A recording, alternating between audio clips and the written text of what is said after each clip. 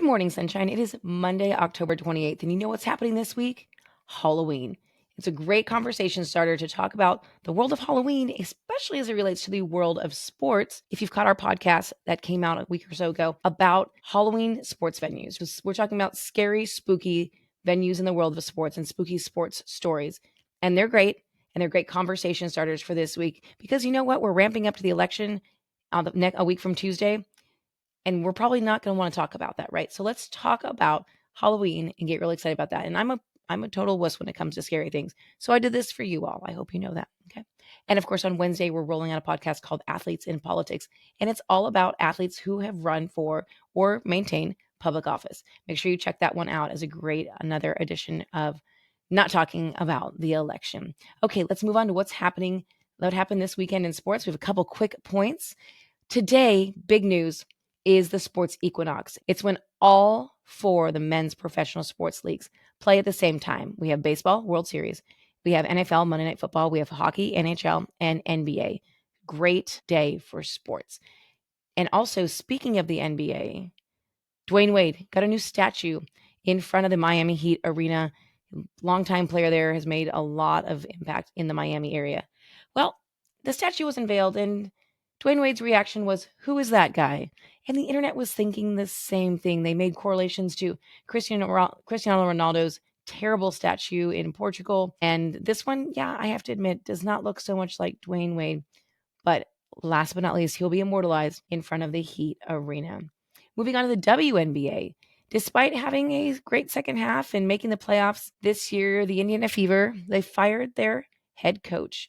Now, the Indiana Fever, you might recall, is where Caitlin Clark plays, and they have had a pretty good season. They had made it in playoffs in a long time, and here they made it, but they fired their coach. She's the sixth WNBA coach to have been fired in this offseason. There were only 12 WNBA teams, so 50% of the coaches have been fired. Moving on to the NFL.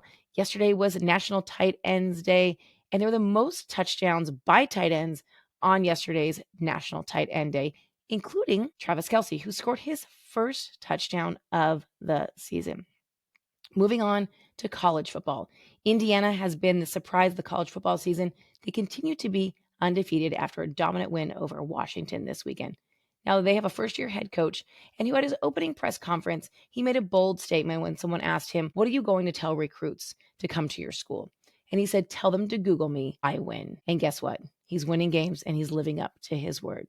And last short point, in the NFL, we had quite the battle between young quarterbacks, Jaden Daniels of the Washington Commanders and Caleb Williams of the Chicago Bears. Daniels threw a last-minute Hail Mary touchdown. It was tipped by some guys, went into the hands of a Commanders player, and they won the game. It was quite the play, quite the throw. Now, moving on to the big story of today, the World Series. Now, the Yankees have been playing the Dodgers. We're on game 3 today. It's an MLB dream, right? 2 huge markets. The numbers have been killing it in Japan with viewerships over there. Obviously, big markets on TV. And guess what? Like you thought they would, we're making a huge dent in TV viewership. 15.2 million viewers on game 1, making it the most watched fall classic game in 5 years. It's only the 4th time since 2018 that the World Series has had a game that has cracked an audience of 15 million. So everybody's tuning in. Make sure you check it out today, game 3. LA Dodgers superstar Shohei Ohtani, well, he's expected to play today, even though he dislocated his shoulder sliding into a base in game 2. So keep an eye out for him. And last but not least, I meant to mention this earlier.